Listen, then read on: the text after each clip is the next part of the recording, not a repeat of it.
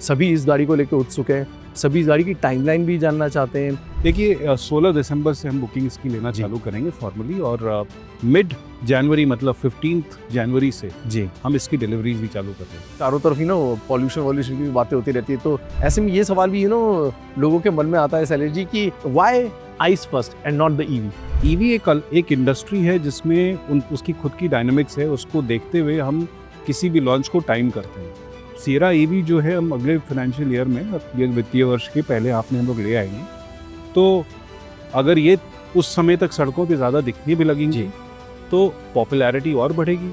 बहुत सारी गाड़ियाँ, अगर मैं गलत नहीं तो वो भी 30 की फिगर ही थी, जो कि आने वाले समय में आप लॉन्च करने जा रहे हैं। आइस में हमने अभी हमारे पास ये समझ लीजिए 8वीं गाड़ी हो गई, 8वीं नेम प्लेट। इसके अलावे 2 और नेम प्लेट हमारे दिमाग में है आइस में, और 2 एडिशनल नेम प्लेट हमारी ईवी में भी है, और अविन्या तो आप जानते हैं। तो ये सब अभी फ्यूचर में आप सोच सकते हैं कि एक नया इंजन ऑप्शन भी है जो कि इसमें जोड़ा गया है। क्या लग रहा है because we have not driven the vehicle, right? नहीं, मैं तो चला कर देख चुका हूँ। इसीलिए बड़ा एक स्ट्रैटेजी थी कि हम पहले छोटी कारों में हुआ करते थे, जिसमें 1.2 लीटर इंजन हुआ करती थी, बट अब जो दिशा देख रहे हैं हम मार्केट की और ग्राहकों का जो रुझान देख रहे हैं हम लोग, वो बड़ी कारों की तरफ जा रही है, जिसमें 1.5 लीटर पेट्रोल की ज़रूरत थी। 4 सिलेंडर 1.5 लीटर पेट्रोल, हम इसको NA फॉर्म में ला रहे हैं, जिसको फ्यूल एफिशिएंसी और जिसको कम प्राइस में चाहिए वो ऑप्शन ले सकता है, और जिसको थोड़ा परफॉर्मेंस चाहिए, ज़्यादा रिफाइनमेंट चाहिए, वो GDI की तरफ जी। ये पूरा साल ना एक गाड़ी ऐसी थी जिसके बारे में लगातार सुर्खियां बनती रही, लगातार खबरों में रही, और अब आखिरकार वो इंतजार खत्म हो गया है। वो गाड़ी भारतीय सड़कों पर आ गई है, लॉन्च हो चुकी है। टाटा की सियरा की बात कर रहा हूं, और हम बार बार कह रहे हैं legend is back, legend is back. Yes, the legend is back and there is a reason. इसमें जो सबसे इंपॉर्टेंट खबर है ना, उस पर ज्यादा बात करने के लिए इस वक्त हमारे साथ शैलेश चंद्रा जी मौजूद हैं, MD and CEO Tata motors. Shailesh ji, बहुत बहुत शुक्रिया टाइम निकालने के लिए। 11.49 लाख इंट्रोडक्टरी कीमत के साथ इस गाड़ी को उतारा गया है। काफ़ी अच्छे रंग, सेफ्टी के जो आपने जब दिखाया car to car test, all these things देखिए गूज बम्स। यह हमें बताता है कि टाटा एक नया बेंचमार्क हमेशा सेट करता रहता है। सियरा ने भी एक बेंचमार्क है जो सेट कर दिया। लेकिन एक सवाल जो रह के इतने दिनों तक मेरे मन में रहा, वो ये था कि वो क्या चीज़ थी, या वो क्या ट्रिगर था जिसने आपको या टीम को प्रेरित किया कि ये टाइम ठीक है सियरा के वापस आने के लिए। करेक्ट। देखिए, आप जैसा आपने खुद बताया कि एक लेजेंड है, ये एक आइकॉनिक कार रही है। 90 की दशक में जो हम जैसे लोग ग्रो कर रहे थे, हम सब की एक ड्रीम हुआ करती थी कि हमें सियरा जैसी कार एक दिन हम लोग अपने पास लाएं। और मैं 4-5 साल से देख रहा था, हमारे पास भी कई मेल्स आती थी कि आप लोग सियरा को रिवाइव करना चाहिए। ओके। तो ये क्लियरली दिख रहा था कि एक तरफ तो जो जनरेशन X के लोग हैं जो इस कार को चाहते थे, उनमें एक चाह है कि हम इस कार को ले आ पाएँ। बट अगर हम किसी आइकन को रीइमेजिन करेंगे तो रेलेवेंट रखना चाहेंगे करंट टाइम्स के लिए। हमें लगा कि मिड साइज़ SUV जो है, जो आप देखते हैं अराउंड 4.3 मीटर की कारें होती हैं, उस प्राइस पॉइंट पे लगभग इसी साइज़ की सियरा होती थी उस समय। जी।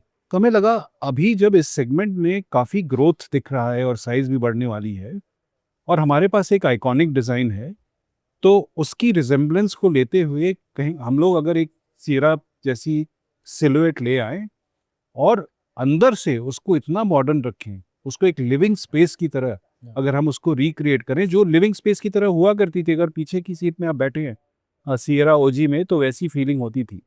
तो हमें लगा कि एक बहुत ही स्वीट स्पॉट एक मार्केट में जिसमें हम वैसे भी नहीं प्रेजेंट थे, और उसमें अगर हम सियरा ले आए तो एक बहुत बड़े सेगमेंट में हम एंटर करेंगे और एक आइकॉनिक प्रोडक्ट को ला पाएंगे।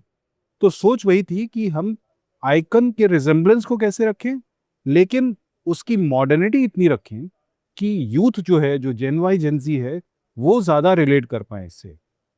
तो एक तो आइकन के कारण जेन एक्स, जी। हमारी जैसी जनरेशन भी उनको चाहेगी, बट जेन वाई और जेन जी के लिए अगर आप देखिए इसकी टेक स्टैक, तो टेक स्टैक जो है ये सेगमेंट में आप नहीं देखते हैं। यस। आप 5G कनेक्टिविटी ले लें, या फिर end to end triple screen infotainment ले लें, या AR HUD अगर ले लें, डॉल्बी एटमॉस्फेयर, इसमें वो पूरा थिएटर एक्सपीरियंस से लेकर एक लिविंग रूम की एक्सपीरियंस आप देख रहे हैं। तो वही सोच थी कि हम सही समय है इसको मिड साइज में, प्रीमियम मिड साइज एसयूवी में इस गाड़ी को लॉन्च करें। क्योंकि चारों तरफ ही ना पॉल्यूशन वॉल्यूशन की भी बातें होती रहती है, तो और टाटा ने शायद ईवी को घर घर की बात बनाया था। ऐसे में ये सवाल भी लोगों के मन में आता है शैलेश जी कि why ice first and not the EV. नहीं, ऐसा ऐसा कोई हमारा हार्ड एंड फास्ट रूल नहीं है कि मैं आइस लाऊंगा पहले की ईवी। ईवी एक इंडस्ट्री है जिसमें उसकी खुद की डायनामिक्स है, उसको देखते हुए हम किसी भी लॉन्च को टाइम करते हैं जी। उसमें एक प्रोडक्ट को लेकर हमने देखा कि मिड साइज एसयूवी सेगमेंट में जब इतनी बड़ी इंडस्ट्री है तो हम पहले उसमें क्यों नहीं प्रोडक्ट ले आए आइस में, जिससे कि सियरा की विजिबिलिटी अच्छी बढ़ेगी। तो सियरा की जितनी विजिबिलिटी बढ़ेगी जी। ईवी पर उसका पॉजिटिव रब ऑफ ही आएगा। तो वही रीजन था। और सियरा ईवी जो है हम अगले फाइनेंशियल ईयर में, अगले वित्तीय वर्ष के पहले आपने हम लोग ले आएंगे। तो अगर ये उस समय तक सड़कों पे ज़्यादा दिखने भी लगेंगी तो पॉपुलैरिटी और बढ़ेगी। सभी इस गाड़ी को लेकर उत्सुक हैं, सभी इस गाड़ी की टाइमलाइन भी जानना चाहते हैं कि कब से ये गाड़ियां जो हैं बुकिंग के लिए ओपन है, कब से ये गाड़ियां शोरूम में पहुंच जाएंगी और कब से ये गाड़ियां लोगों के घरों तक जा सकती हैं। अगर आप दर्शकों को ये भी बता दें कि by what time we will get this car. देखिए 16 दिसंबर से हम बुकिंग इसकी लेना जी। चालू करेंगे फॉर्मली, और मिड जनवरी मतलब 15 जनवरी से जी। हम इसकी डिलीवरीज भी चालू कर रहे हैं। इस गाड़ी पे जितना इस वक्त लोगों का फोकस दिख रहा है, एक बात लाजमी है कि इस कॉम्पैक्ट एसयूवी के बाजार में वॉल्यूम बहुत ज़्यादा आएंगे। आपकी तैयारियां भी पूरी होंगी प्रोडक्शन को लेकर। क्या किसी तरीके का वॉल्यूम से जिस पर आपकी नज़र है कि आपको लगता है कि सियरा बनाएगी? नहीं, बिल्कुल वॉल्यूम पर तो नज़र है और उसी के हिसाब से हमने प्रोडक्शन को प्लान भी किया है। बट ये फॉर्मली मैं इस बात को अनाउंस नहीं, क्योंकि बहुत कॉम्पिटिटिव सेंसिटिव इन्फॉर्मेशन है, हम नहीं बताना चाहेंगे। बट एक डेटा पॉइंट ज़रूर देना चाहूँगा जी। कि एसयूवी सेगमेंट में आज के दिन में हमारा मार्केट शेयर 16 से 17% है, जिसको सियरा के बाद हम सोचते हैं 20 से 25% के लेवल पर हम ले जा पाएंगे। सर ऐसी फिगर आपने ना, अगर मैं गलत नहीं हूँ, आखिरी बार जब हम बात कर रहे थे, माफ़ी चाहता हूँ, वापस ईवी की तरफ आ रहा हूँ, आपने एक प्रोजेक्शन दिया था 2030 तक। क्या आपको लग रहा है हम उसी राह पे चल रहे हैं? कोई बड़े ऑब्स्टेकल्स आपको दिख रहे हैं? नहीं, देखिए हमने 2030 में बोला था कि 30% से जी। ज़्यादा पेनिट्रेशन हम ईवी में ला पाएंगे अपनी पोर्टफोलियो में। आज के दिन में देखें तो हम ऑलरेडी 17% पर हैं। Q2 में अगर आप देखें तो हम लोग 17% पेनिट्रेशन लेवल पे थे। जी। एक साल पहले हम शायद 10-11% पर। तो मुझे कॉन्फिडेंस है कि 30% के ऊपर हम जा पाएंगे 2030 के। Wow, that's fantastic sir. और इसके लिए यानी कि एक बहुत बड़ा लाइनअप भी होगा आपको। आपने बहुत सारी गाड़ियां, अगर मैं गलत नहीं तो वो भी 30 की फिगर ही थी, जो कि आने वाले समय में आप लॉन्च करने जा रहे हैं। कौन सा सेगमेंट होगा सर, या कौन से बॉडी शेप होंगे जहां पर सबसे ज्यादा गाड़ियां उतारी जाएंगी?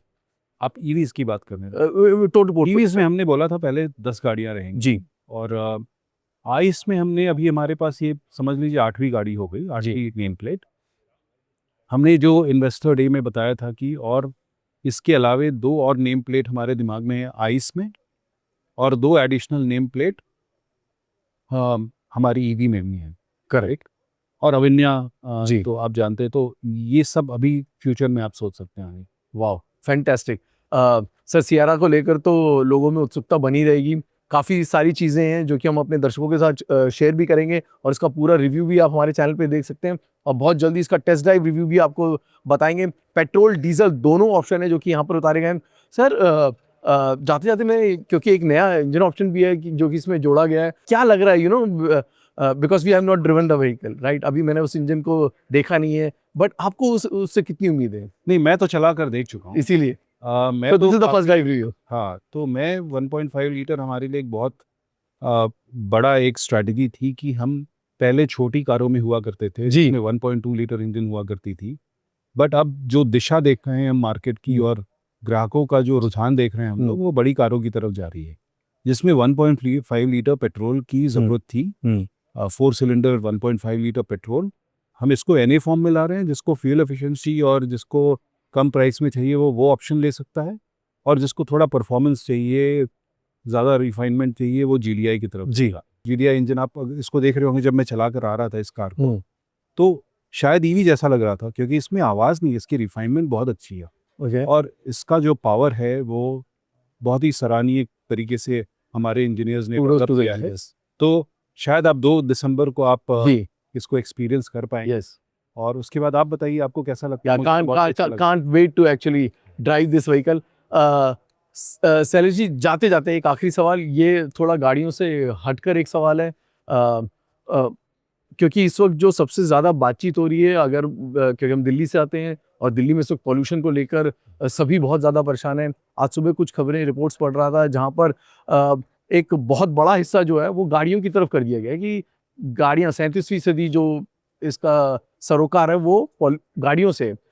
ऐसे में आप इसको किस तरीके से देखते हैं और क्या मानते हैं कि सिर्फ एक गाड़ियाँ ही हैं जो कि पॉल्यूशन का जिम्मेदार हैं? नहीं, आप तो स्टैटिस्टिक्स आप खुद देखे होंगे कि व्हीकलर पोल्यूशन तो एक सिग्निफिकेंट पार्ट ज़रूर है, क्योंकि पार्टिकुलेट मैटर्स होती हैं जी। 2.5, जिसमें तो कोई दो मत नहीं है कि गाड़ियाँ जो हैं आइस व्हीकल उसमें ज़रूर कंट्रीब्यूट करती हैं, बट और बहुत सारे सोर्सेज हैं जी पार्टिकुलेट मैटर या पोल्यूशन को बढ़ाने के लिए। मुझे लगता है गवर्नमेंट उस पर काफ़ी कॉम्प्रिहेंसिव वे में काम कर रही है जी और मुझे काफ़ी कॉन्फिडेंस है कि सरकार जो है वो हर स्टेप ले रही है, हर तरफ, इधर कंस्ट्रक्शन इंडस्ट्री में ले लें या जहाँ जहाँ से ये सोर्सेज आ रही हैं उस सब पर काम कर रही है। तो मुझे लगता है कि हमें अपना काम करना है राइट और हम लोग उस दिशा में काम कर रहे हैं। जी क्लीनर व्हीकल्स की तरफ हम लोग या सीएनजी ले लें या फिर इलेक्ट्रिक ले लें, ये सब गाड़ियाँ हम लोग लेकर आ रहे हैं। तो मुझे लगता है दिशा सही है और ये प्रॉब्लम से हम अभी जूझ रहे हैं और शायद इसका हल निकलेगा बाहर। Thank you very much Shailesh sir, it's always a pleasure talking to you. एक बार फिर बहुत बहुत मुबारक थैंक यू। इस लवली लेजेंड के लिए। Thank you, thank you sir. Sir.